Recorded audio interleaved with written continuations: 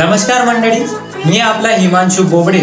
आज आपल्या गेस्ट आहे मायाताई चौधरी, ज्यांनी ग्रामपंचायतीमध्ये तब्बल 10 वर्ष दिली आहे. त्यांनी 5 वर्ष सरपंच पदावर या भूमिकेमध्ये आपले कार्य साकारलेले आहे आणि त्यानंतर 5 वर्ष त्यांनी अध्यक्ष पदावर या देखील भूमिकेत त्यांनी आपले कार्य खूप चांगल्या पद्धतीने साकारले आहे. सो आजच्या आपल्या गेस्ट आहे मायाताई चौधरी. तर त्यांच्याशी आज आपल्याला संवाद साधायचा आहे. आजच्या एपिसोडमध्ये आपण त्यांचं मनपूर्वक स्वागत करूया. चला तर मंडळी, आज आपण त्यांच्याशी संवाद साधूया. आज आपले गेस्ट आहे मायाताई चौधरी. आज आपण यांच्यासोबत संवाद साधणार आहोत. सो चला आपण आपल्या पॉडकास्ट एपिसोडमध्ये त्यांचं स्वागत करूया. तर नमस्कार मायाताई मॅडम. नमस्कार. आणि तुमच्या प्रवासाबद्दल आम्हाला थोडी माहिती द्या. तुम्ही जो तुमच्या पदावरती काम केलं आहे, सरपंच होता त्या वेळेला तुम्ही काम केलं आहे. सो त्या बाबतीत मला माहिती द्या काहीतरी. जेव्हा सरपंच व्हायचं होतं तेव्हा मला वाटत होतं का आपण सरपंच जर झालो तर आपण आपल्या गावाचा विकास करावा बा आणि गावासाठी चांगलं झटावं, यासाठी आपण सरपंच बनायचं, तर मग काम करायचं. तर मग त्याच्यानंतर आम्ही कामं काढले. 12 वित्तातून 14 वित्तातून रोड काढले, रोडाचं काम केले पूर्ण वार्डाईत. त्याच्यानंतर बालोद्यानचं काम केलं. त्याच्यानंतर मग बालोद्यांमध्ये म्हणजे मुलं खेळायला गेले पाहिजे, मुलांना चांगलं म्हणजे हे मिळालं पाहिजे त्यांना, म्हणजे आपण खेळायचं, झुलाचं असं वगैरे नाही का.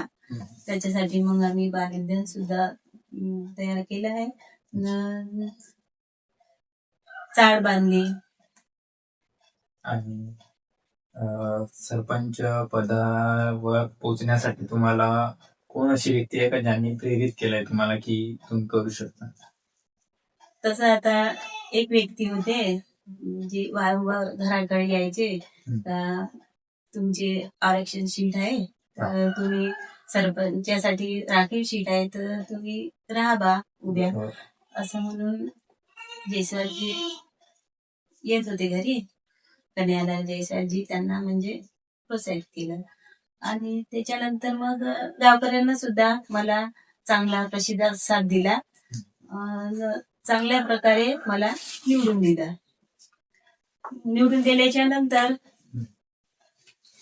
आपण जसं म्हणजे त्यांना आपल्याला कामं सांगितले तसे म्हणजे कामं करत गेलो आम्ही. आणि काय तुमचा अनुभव आहे की ज्या वेळेस तुम्ही सरपंच पदावर पोहोचल्या तर तो एक कसा वेगळा अनुभव होता आणि एक नवीन चॅलेंज होतं तुमच्यासाठी. सो त्याबद्दल पण आम्हाला माहिती द्या की तो नवीन चॅलेंज तुम्ही कसा फेस केला.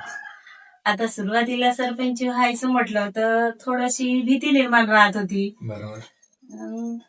त्याच्यानंतर मग काही दिवस झाल्यानंतर मग आपल्याला थोडस त्याच्यावर म्हणजे सहवासात गेल्यावर आपल्याला म्हणजे ते भीती निर्माण व्हायची, तर मग ते आपली भीती निघून गेली.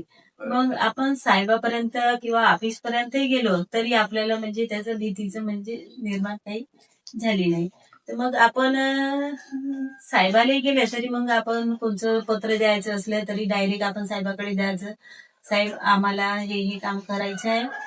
आता 12 वित्तातून सुद्धा रोड घ्यायचे आहे, तर आम्हाला हे रोड लवकर मंजूर करून द्या. आमचं काम म्हणजे ठप्प राहिलं नाही पाहिजे, असं म्हणून म्हणजे आपण त्यांना बोलायचं. खिचून आणल्यासारखं मग आणायचं रोड राहो, कामं राहो, ते आम्ही करत गेलो. म्हणजे ज्या वेळेला तुम्ही सरपंच पदावर होत्या त्यावेळेस अशी भरपूर कामं झाली आहे. फॉर एक्झाम्पल आपण काय म्हणतो, पाण्याची टंचाईमुळे तुम्ही टंकी बांधली सुरुवातीला.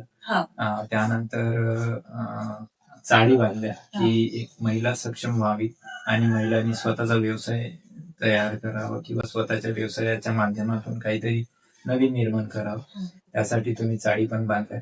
आणि अशी भरपूर कामं गेली आहेत तुमच्या टायमामध्ये. सो त्या टायमाला तुम्हाला गावाचा सपोर्ट आणि लोकांचा प्रतिसाद कसा होता? आता आम्ही पाण्याची टाकी बांधली. म्हणजे आपल्या गावामध्ये होत्या विहिरी पाणी म्हणजे दूषित होतं. तर दूषित असल्यामुळे म्हणजे आम्ही विचार केला का हा पाणी दूषित असल्यामुळे आपण म्हणजे पाण्याची सोय करायची.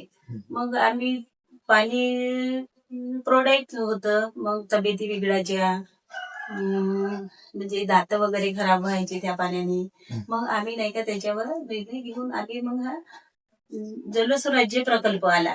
अच्छा. आमच्या म्हणजे मी व्हायच्या अगोदरच बावलीच्या काळामध्ये आले आहे. पण त्याची कालावधी संपली, मग माझ्या याच्यामध्ये आलं. तर मग त्याच्यानंतर मग आम्ही टाकीचं हे केलं, इंजिनियरला वगैरे हे करून विहिरीचं बांधकाम केलं. मग विहिऱ्या इथं पाणी जसं ठेकेदारांनी म्हणलं का इथं विहीर नाही होत बा, इथं पाणी काही लागत नाही तुमच्या खेमजे गावामध्ये, तर 15-16 किलोमीटर वरून तुम्हाला पाणी घ्यावं लागेल. तर मग आम्ही म्हटलं तेवढ्या जर याच्यापासून जर आपण पाणी घेतलं तर तो पाणी घ्यायला म्हणजे कुठं तुटफूट झालं, काही झालं तर मग ते कसं म्हणजे आपण पाहणार. म्हणून मग आम्ही ते 16 किलोमीटर वरून पाणी घ्यायचं होतं. तो न घेता आम्ही आपल्या गावाच्या बाजूला तळा आहे, त्या तळ्यामध्येच मग आम्ही पाईप मारला आणि तिथं विहीर खोदली. मग त्याच्यापासून मग टाकी वगैरे बांधली. आता ती टाकी आतापर्यंतही सुरू आहे, कारण ते व्यवस्थित काम झालेलं आहे. मग ते आता सुरू आहे. आणि मग त्या टायमाला गव्हर्नमेंट जे आहे त्या स्कीमा वगैरे फंड वगैरे पुरवायच्या का व्यवस्थित? म्हणजे आता तुम्ही एक टंकी बांधली आहे, चाड बांधली आहे, हो तर त्या दृष्टिकोनातून तो तेवढा निधी येत होता का? हो, ग्रामपंचायत निधी वगैरे येत होता. जेव्हा आम्ही चाळ बांधली तर चाळ बांधली म्हणजे कसं, जेव्हा गट झाले तर गटांना नाही का उद्योग करायसाठी किंवा महिलांना सक्षम करायसाठी आपण म्हणजे आता काय करायचं, तर मग आता महिलांना आपल्याला सक्षम करायचं आहे किंवा त्यांना उद्योग टाकासाठी त्यांना प्रोत्साहित करायचं आहे, तर मग आपण का करायचं. तर मग आम्ही नाही का चाळ बांधली. चाळ बांधल्याच्या नंतर मग आम्ही त्यांना सांगितलं तर चाळी बांधल्या. जे बीपीएलवाले आहे त्यांना म्हणजे आम्ही त्या चाळी मग दुकान बांधायसाठी देत गेलो आम्ही. बरोबर. ते 200 रुपये पगडी होती, खूप काही पगडी नव्हती, कारण ते बीपीएलचे गट असल्यामुळे आम्ही 200 रुपये पगडी केली होती. मग त्याच्यानंतर मग ते त्यांना टाकले काही धंदे, चालवले त्यांना. म्हणजे महिलांना आम्ही सक्षम झाल्या पाहिजे बा याच्यासाठी, म्हणून मग आम्ही ते चाळ बांधले. आणि त्या चाळीच्या माध्यमातून अनेकांचा एक व्यवसाय पण सुरू झाला आणि त्यांना एक सपोर्ट भेटला की चाळीमधून तुम्ही व्यवसाय सुरू करू शकता. तर जेव्हा महिला एक लिडरशिप करते तेव्हा त्यांना काय अडचणी फेस कराव्या लागतात? आता महिला लिडरशिप करते तेव्हा अडचणी खूप साऱ्या येतात, पण महिलांना कसं समजून नाही घ्यावं लागतं. कधी कधी महिलांना नाही समजत नाही का. जे पुरुष आहे ते पुरुष सुद्धा कोण्या वेळे म्हणजे तिच्यावर जास्त म्हणजे हे करायला पाहिजे. तर मग आपण महिलाही काही कमी नाही. आता जसं आपली सावित्रीबाई जसं हे घेतलं तशा टाईपच म्हणजे आता महिला काही मागं राहिल्या नाही. महिलाही आपल्या यानं म्हणजे करते. आणि महिला आजच्या युगामध्ये जर आपण बघितलं तर महिला पण कुठे मागे नाही राहिल्या. त्या पण पुरुषांच्या खांद्याला खांदा लावून पूर्णपणे काम करते. बरोबर. आणि मग पाण्याची टाकी जेव्हा उभारली किंवा जेव्हा तुम्ही तयार केली तर काय अशी जास्त गरज निर्माण झाली की पाण्याची टाकी तुम्हाला निर्माण करायची किंवा बनवायचीच होती? तेच पाणी दूषित होतं. त्या दूषित पाण्यामुळे मग आपल्याला म्हणजे लोकांना बिमार व्हायचं, तब्येती बिघडायच्या. तर मग ग्रामसभा घेऊन एक गावकऱ्यांना सगळ्यांना माहिती देऊन आम्ही म्हणजे टाकी चला बा आपण नळाची म्हणजे घेऊ बा, टाकी खोदू या उद्देशाने मग ते टाकी आम्ही नळ योजना. ह्या सगळ्या समस्या सॉल्व्ह झाल्या तुमच्या काळामध्ये. त्यानंतर अशी काय गोष्ट घडली की म्हणजे काही गोष्ट घडली किंवा अशा काही प्रॉब्लेम्स राहतात गावामध्ये, तर त्या तुम्ही कशा फेस केल्या? म्हणजे जसं खूप सारे प्रॉब्लेम्स. हो, आता कोणी घरी म्हणजे कोणाचे झगडे वगैरे झाले बरोबर. तर मग यायचे बोलवायला, जायचं आपण त्यांना सांगायचं चांगल्या प्रकारे का जरी कोणाची चुकी असेल तरी त्यांनाही बोलायचं असं म्हणून त्यांना मग आम्ही म्हणजे मार्गदर्शन करायचं. हा. आणि मग या विकास कामामुळे गावामध्ये काय बदल बघायला भेटला आपल्याला? आता माझ्या काळामध्ये आता पुष्कळच म्हणजे काम झालेले आहे, विकास पण चांगला झाला आहे. माझ्या काळामध्ये जेवढं म्हणजे आदर्श झाला गाव तेव्हा खूप सारे लोक म्हणजे दुसऱ्या गावचे कमिटी यायची, म्हणजे खिंदेगाव आदर्श झाला बा असं म्हणून पाहायला यायची. तर मग त्याच्यामध्ये म्हणजे वेळ द्यायचं, मी पण वेळ द्यायची, त्यांना माहिती द्यायची तुम्ही कसं केलं का केलं, मग सगळं म्हणजे माहिती देऊन त्यांना नाही का आम्ही हे करायचं सांगायचं. तर आणि तुमच्या विकास कामं खरंच खूप एक गावाला वेगळी दिशा देणारा आहे ना, कारण ते एक इन्स्पायरिंग मुद्दा असून नाही का इम्पॅक्टफुल आहे. कारण आजच्या पिढीला आणि येणाऱ्या पिढीला सुद्धा त्या गोष्टी महत्वपूर्ण ठरेल कुठेतरी, की एक काळ होता की ज्या काळामध्ये पाण्याची टंचाई असल्यामुळे पाण्याचा मुद्दा साकार करण्यात आला. त्यानंतर महिला सक्षम व्हाव्या म्हणून साडी सुद्धा बनवण्यात आल्या. असे अनेक कामं झाले. सो खूप महत्वाचा विषय बनला आहे हा. आणि आदर्श गावाची व्याख्या तुमच्या भाषेमध्ये काय सांगाल तुम्ही, की आदर्श गाव असा असायला पाहिजे किंवा असा बनायला पाहिजे? आदर्श गाव बनायला पाहिजे म्हणजे गाव स्वच्छ असायला पाहिजे, गावामध्ये संडास असायला पाहिजे, ज्या नाल्या आहे त्या नाल्या सुद्धा साफ असायला पाहिजे. म्हणजे जे आपल्या गावामध्ये स्वच्छता जर असेल तर आपला गाव म्हणजे आदर्श होणार. त्याच्यासाठी सुद्धा आम्ही पुष्कळ प्रयत्न केले आणि आदर्श केला गाव. म्हणजे एक गाव रोगराई मुक्त कसं करता येणार यावर तुम्ही जास्त म्हणजे. आणि गावकऱ्यांनी डेव्हलपमेंटसाठी काय करायला पाहिजे, म्हणजे एक गावाचा विकास जो आपण साध्य करायचा प्रयत्न करतो, की गावाचा विकास होण्यासाठी आपल्याला या कामांमधून सुरुवात करावी लागेल किंवा या कामांमधून करावी लागेल, तर त्यासाठी काय असं गावांनी प्रतिसाद आपल्याला गावकऱ्यांनी प्रतिसाद द्यावा द्यायला हवे. जो सरपंच असला त्यांना पण आपल्याला गावकऱ्याची म्हणजे मदत घ्यावी लागते. म्हणजे दोन्ही जर मिळून जर आपण ते घेतलं तर आपल्या गावाचं जे काही काम असेल ते आपल्याला पटकन म्हणजे करता येतो. बरोबर. आणि गावातील एम्प्लॉयमेंट तयार होऊ शकतो का, म्हणजे आपल्या गावामध्ये जर कोणती कामांची किंवा कामं देण्याची जर काही अशी योजना किंवा आपण काही असं केलं निर्माण की रोजगार उपलब्ध होऊ शकतो का आपल्या गावाच्या माध्यमातून? हो, होऊ शकतो. कामांमुळे जसं आपण सीताफळ लागवड केली, सीताफळाच्या माध्यमातून आपण अनेक लोकांना रोजगार दिलाय. हो, सीताफळाची बाग तयार केली तर त्याच्यामध्ये सुद्धा पाणी टाकणं, निंदणं, अजून त्यांना म्हणजे पूर्ण प्रकारचे पूर्ण साफ ठेवणं असं करून त्यांना रोजगार दिले. बरोबर.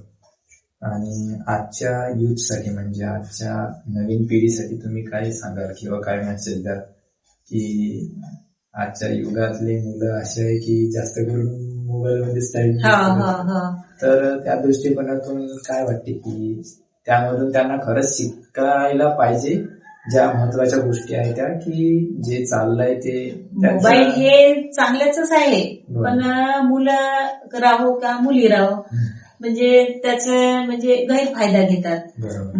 मोबाईल हा एक आपला म्हणजे महत्वाचा आहे का आपण कोणत्याही ज्या गरजू जर आपल्याला अडचण असेल त्या अडचणीमध्ये आपल्याला पटकन म्हणजे बातमी किंवा काही द्यायची असली तर आपल्याला मोबाईलचं काम करतो.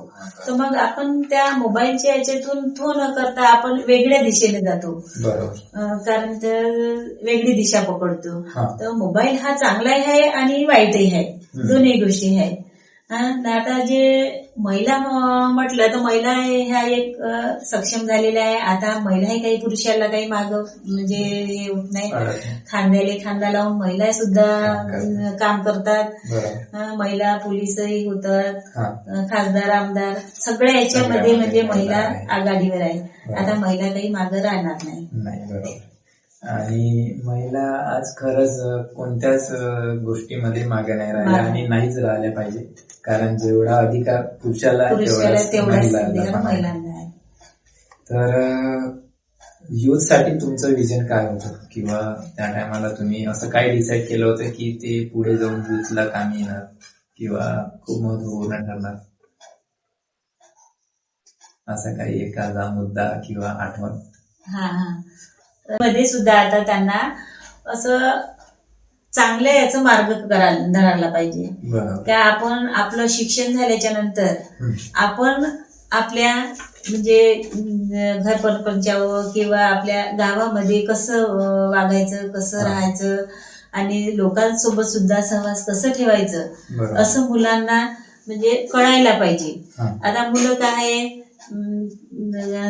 थोडेसे काही लावून घेतात आणि अरावीपणा करतात, पण तसं करायला नाही पाहिजे. कारण आपल्याला सगळ्याला घेऊन जर चालायचं असेल, सगळ्यांसोबत चांगलं राहायचं असेल तर आपल्या गावकऱ्यांसोबत किंवा आपल्या फॅमिली सोबत चांगल्या प्रकारे म्हणजे त्यांना प्रसिद्ध द्यायला पाहिजे.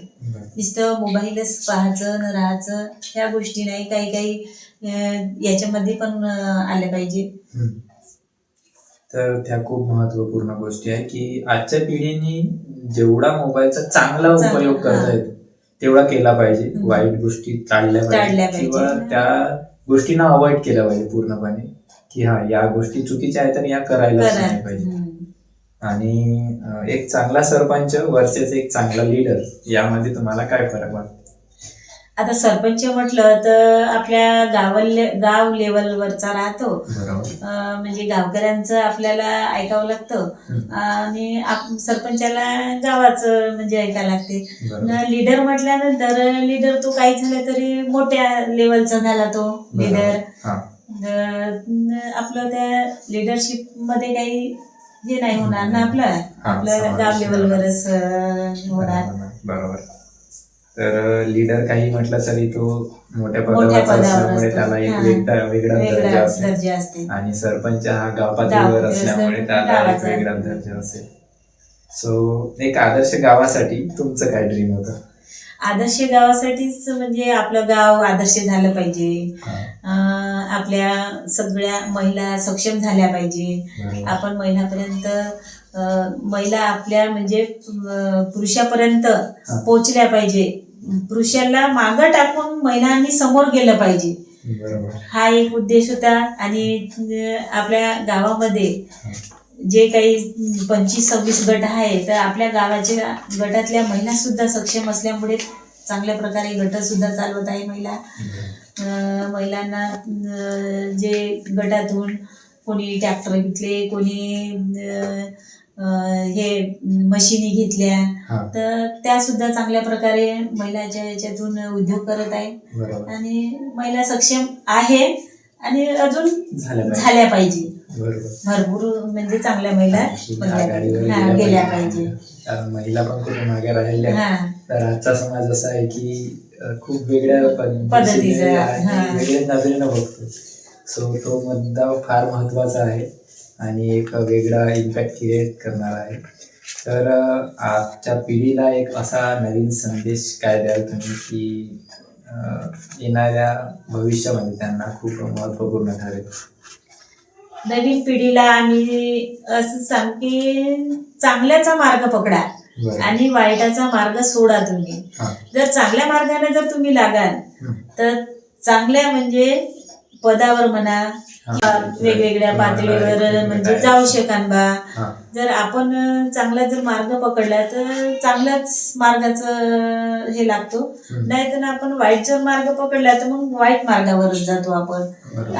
आमचं असं म्हणणं आहे का आता नवीन पिढीनं सुद्धा चांगलं मार्ग पकडावं आणि चांगल्या मार्गावर आपलं भविष्य उज्ज्वल करावं. बरोबर. आणि महिलांसाठी काय संदेश द्याल तुम्ही? की महिलांना पुढे जाऊन पण या गोष्टी साध्य करायला पाहिजे किंवा त्यांच्या जीवनामध्ये अशा पद्धतीने काम करायला पाहिजे की जेणेकरून त्या कुठे मागे नाही राहायला पाहिजे किंवा आता महिला काही मागे राहतच नाही. जसं सावित्रीबाईने म्हणजे दगड गोटे खाऊन सगळ्यांनी सावित्रीबाईने आपल्याला म्हणजे घडवलं, त्या उभ्या राहिल्या ना, ते महिलांना म्हणजे सक्षम करायसाठी त्यांना मार्ग दिला. तर आम्ही सुद्धा महिलांना तसंच म्हणू का, आपण स्वतःच सक्षम व्हायचं. बरोबर. कोणाला सांगायची गरज नाही. आपण जर सक्षम झालो तर आपल्या बरोबर आपली पिढी सुद्धा सक्षम होईल. बरोबर. आताची जे युवक पिढी आहे तर ते सुद्धा आपल्याला चांगले घडेल. बरोबर. तर तुम्ही तुमचा व्हॅल्युबल टाइम आम्हाला दिला. आजचा आपला हा शेवटचा प्रश्न होता. सो तुम्ही वेळातला वेळ काढून आमच्या पॉडकास्ट एपिसोडसाठी तुम्ही तुमचा मोलाचा आज वेळ दिला आहे. सो त्यासाठी खूप खूप मनापासून मी धन्यवाद देतो आणि आपला पॉडकास्ट इथेच थांबवतो. Thank you madam. तर मंडळी, आपले व्हिडिओ आपल्याला खूप आवडत असतील आणि येणारे व्हिडिओ पण नक्कीच आवडणार, मला ही आशा आहे. कारण आपण जे इन्फॉर्मेटिव्ह व्हिडिओज बनवून राहिलो आहोत ते आपल्या माहितीसाठी आणि आजच्या जनरेशनपर्यंत जास्तीत जास्त माहिती पोचावी यासाठी आपण ही व्हिडिओ आणि ही व्हिडिओची माध्यम एक आपण चूज केलं आहे. त्यानंतर आपल्या येणाऱ्या पिढीला माजी सरपंच आणि त्यांच्या लाईफमध्ये झालेले स्ट्रगल, त्यांनी केलेले कार्य, या सर्व गोष्टी त्यांना अनुसरून आपण प्रश्न केलेले किंवा त्यांना जे प्रश्न विचारतो त्यांच्यातून आपल्याला काय शिकायला मिळतं हे देखील फार महत्त्वाचं आहे. सो मला तुमचा खूप मोठा प्रतिसाद असू द्या, सपोर्ट असू द्या आणि जसा आत्ता सपोर्ट आहे तसा अजून पुढे पण असू द्या. आणि येणारे व्हिडिओज पण आपल्याला खूप काही नॉलेज देणार आणि त्यामध्ये खूप काही इन्फॉर्मेशन दडलेली असते. सो आपल्या व्हिडिओला पूर्णपणे तुम्ही सपोर्ट देतात आणि thank you so much for the still the end this video. Thank you so much again.